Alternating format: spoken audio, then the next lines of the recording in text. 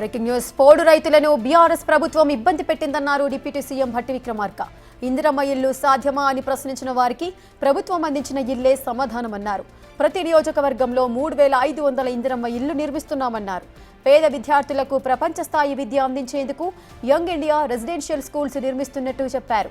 ఈ నెల 18న సీఎం రేవంత్ రెడ్డి చేతుల మీదుగా ఇందిరా గిరిజన వికాస పథకం ప్రారంభించబోతున్నామన్నారు.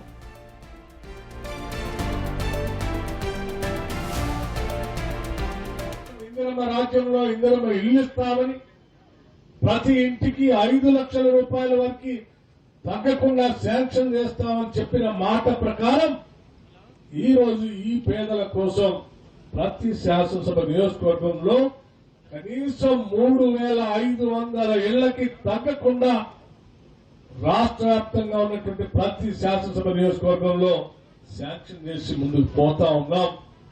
ఇటువంటి గిరిజన నియోజకవర్గాల్లో ఇంకా పేద వర్గాలు ఎక్కువ మంది ఉంటారు కాబట్టి అదనంగా ఇంకా కొన్ని ఇళ్లు కూడా శాంక్షన్ చేయాలన్నటువంటి ఆలోచన రాష్ట్ర ప్రభుత్వం చేస్తుంది. 3500 ఇళ్లతో పాటు ఇంకా కొన్ని ఇళ్లు ఇచ్చేటువంటి కార్యక్రమాన్ని కూడా ఆలోచన చేస్తున్నామని చెప్పి మీ అందరికీ సవినయంగా మనం చేస్తా ఉన్నాం.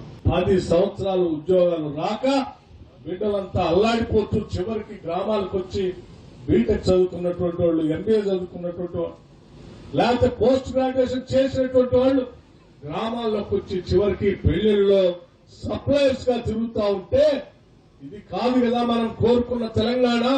చదువుకున్న ప్రతి బిడ్డకి ఏదో ఒక అవకాశం వచ్చేటట్టుగా చేయాలనేటువంటి ఆలోచనతో ఈ రాష్ట్ర ప్రభుత్వం అధికారంలోకి వచ్చిన రాగానే 57,000 మంది నిరుద్యోగ యువతి యువకులకి ఉద్యోగాలు, ప్రభుత్వ ఉద్యోగాల నియామక పత్రాలు అందించడమే కాకుండా వాళ్లతో పాటు ఇంకొక 30,000 ఉద్యోగాలు వాళ్ళకు వచ్చేటట్టుగా ఈ సంవత్సరమే ఆ కార్యక్రమం కూడా చేపడతా ఉన్నాం.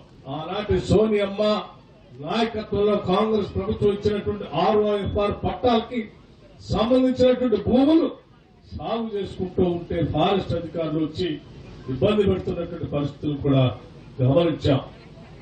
వాళ్ళు సాగు చేసుకోవడానికి కరెంట్ లైన్ వేసుకున్నారంటే అడవిలో వచ్చి లైన్ లేకుండా ఉన్నటువంటి పరిస్థితి, అటవీ శాఖ అనుమతులు ఇచ్చేటువంటి పరిస్థితి లేకుండా ఇబ్బంది పడుతున్నటువంటి పరిస్థితి కూడా గమనించాం.